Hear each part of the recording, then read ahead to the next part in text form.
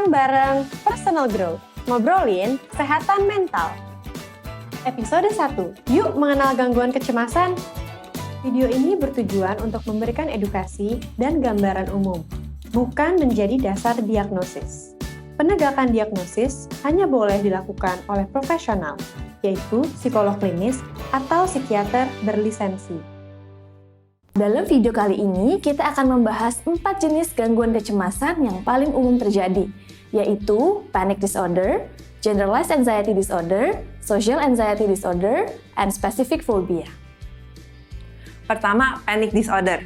Pernah nggak kamu merasa panik tiba-tiba, sampai susah bernafas, nggak bisa ngomong, dan tubuh kamu terasa membeku seketika? Nah, bisa jadi yang kamu alami ini dinamakan dengan panic attack. Ketika mengalami panic attack, biasanya kita akan merasakan pertama, tanda-tanda fisik seperti nafas menjadi pendek atau tersengal-sengal, detak jantung meningkat pesat, mual, nyeri dada, pusing, berkeringat, mati rasa, gemetar, bahkan ada yang sampai pingsan loh. Yang kedua adalah depersonalisasi, yakni kita merasa seolah-olah jiwa kita terpisah dari tubuh. Yang ketiga adalah derealisasi, yang sering kita ungkapkan seperti sedang dalam mimpi, serasa dunia menjadi tidak nyata. Dan yang terakhir adalah merasa takut hilang kendali atau takut meninggal ketika panic attack sedang terjadi. Kita semua bisa saja mengalami panic attack di berbagai situasi, dengan atau tanpa alasan yang jelas. Bahkan beberapa selebriti dunia mengaku pernah mengalami panic attack loh. Nah, beberapa contohnya adalah ada Emma Stone, Ellie Goulding, John Mayer, hingga Oprah Winfrey. Namun, ketika panic attack terjadi berulang kali, disertai dengan rasa takut akan mengalami panic attack kembali, dan ketakutan tersebut menyebabkan tingkah laku kita berubah, maka ini bisa dikatakan sebagai panic disorder. Kedua, generalized anxiety disorder atau disingkat GAD. Ada banyak situasi yang dapat membuat kita merasa cemas. Tetapi, cemas yang dirasakan oleh orang dengan GAD sangat kuat sampai tidak bisa dikendalikan dan berlangsung dalam waktu yang lama. Makanya dinamakan generalized ya karena hal yang menjadi sumber kecemasannya beragam sekali. Misalnya, pas mau berangkat kerja takut karena terlambat. Pas sudah sampai kantor takut dimarahin bos. Terus pas pulang mau pakai kendaraan pribadi takut kecelakaan. Sudah sampai rumah dan mau tidur, takut kalau besok bangun kesiangan. Pokoknya macam-macam deh, seperti menghabiskan hidupnya dalam ketakutan yang tidak berdasar dan itu berlangsung terus-menerus minimal 6 bulan.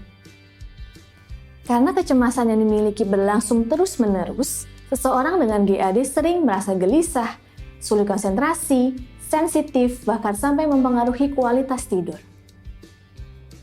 Ketiga adalah social anxiety disorder.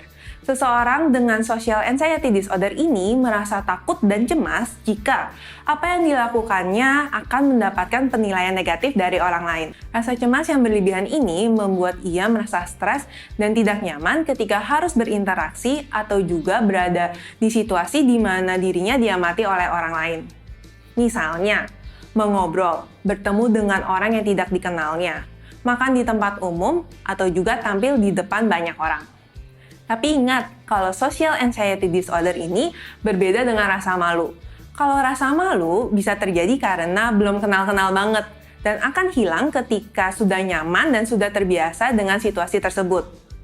Tapi kalau social anxiety disorder, itu level ketidaknyamanannya akan jauh lebih intens dan lebih sulit diatasi oleh diri sendiri. Keempat, specific phobia. Seperti namanya, orang dengan gangguan ini memiliki ketakutan berlebih pada situasi atau objek tertentu. Jangankan ketemu dengan hal yang ia takutkan, memikirkannya saja sudah bisa membuat seseorang merasa cemas. Karena berlebihan, fobia ini dapat mengganggu kehidupan sehari-hari, misalnya sampai nggak mau sekolah atau berhenti dari pekerjaannya. Jenisnya ada macam-macam nih, ada yang fobia ketinggian, fobia serangga, fobia naik lift, macam-macam deh. Pokoknya dari yang kita lihat biasa saja sampai yang kok bisa ya ada orang yang takut sebegitunya? Begitupun dengan penyebabnya, berbagai macam. Entah itu karena peristiwa traumatis yang dilihat atau dialami, atau bisa juga merupakan sesuatu yang dipelajari. Contohnya, ketika masih kecil ia melihat orang tuanya takut cicak, sehingga ia juga ikutan fobia terhadap cicak. Atau misalkan lagi naik lift, tiba-tiba liftnya macet, terus dia jadi fobia naik lift. Itu bisa juga terjadi. Hidup dengan berbagai kecemasan yang intens pastinya tidak mudah. Namun banyak hal yang bisa dilakukan agar seseorang yang memiliki gangguan kecemasan mampu mengelola kecemasannya dan menjalani hari-hari dengan lebih produktif dan bahagia.